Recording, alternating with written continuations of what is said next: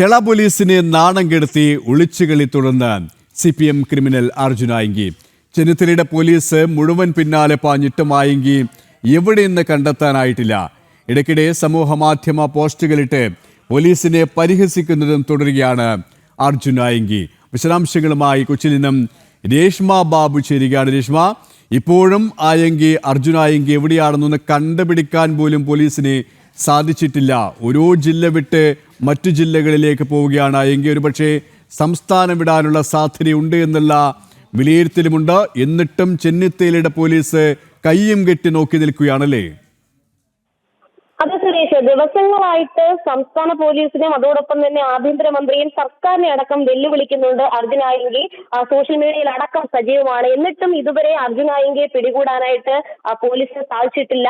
ബന്ധുക്കളെയും സുഹൃത്തുക്കളെയും കരുതൽ തടങ്കലിലാക്കി അവരെ ചോദ്യം ചെയ്യുന്നുണ്ട്. പക്ഷേ അർജുൻ ആയങ്കി സ്ഥിരം പോസ്റ്റുകളൊക്കെ തന്നെ ഇൻസ്റ്റഗ്രാമിലും ഫേസ്ബുക്കിലും മറ്റ് സമൂഹ മാധ്യമ അക്കൗണ്ടുകൾ വഴിയും ഒക്കെ തന്നെ പങ്കുവയ്ക്കുന്നുണ്ട്.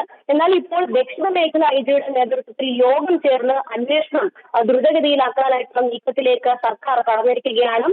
9 പേർ ഈ ആയങ്കിയുമായി ബന്ധമുള്ള 9 പേർ തിരുവനന്തപുരത്തും മലപ്പുറത്തുമായിട്ട് അറസ്റ്റിലായിട്ടുണ്ട്. കണ്ണൂരിൽ മാത്രം 8 സുഹൃത്തുക്കളാണ് കരുതൽ തടങ്കലിൽ ഉള്ളത്.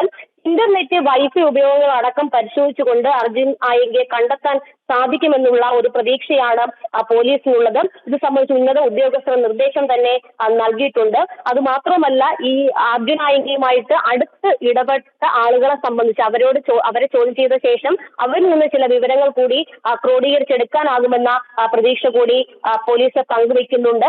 എന്തായാലും ഒരു കേസ് കൂടി പോലീസ് നിലവിൽ രജിസ്റ്റർ ചെയ്തിട്ടുണ്ട്. മുഖ്യമന്ത്രിയെ അധിക്ഷേപിച്ചതിനും മതസ്പർദ്ധ ഉണ്ടാക്കാൻ ശ്രമിച്ചതിനുമാണ് പോലീസ് കേസെടുത്തിരിക്കുന്നത്. എന്തായാലും DGPയുടെ നിർദ്ദേശാനുസരണം മുഴുവൻ ഗുണ്ടാ ക്രിമിനൽ സംഘങ്ങൾക്കായിട്ടും വ്യാപകമായിട്ടുള്ള പരിശോധനകൾ തുടരുന്നുണ്ട്.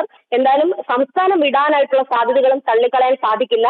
ഈ പോലീസിന്റെ ഭാഗത്തു നിന്ന് ഇക്കാര്യത്തിൽ ഗുരുതരമായിട്ടുള്ള ഒരു വീഴ്ച അലംഭാവം ഉണ്ടായി എന്നുള്ളതാണ് വിലയിരുത്തൽ. എന്തായാലും അർജുൻ ആയങ്കിക്കായിട്ടുള്ള തെരച്ചിൽ പോലീസ് തുടരുകയാണ്.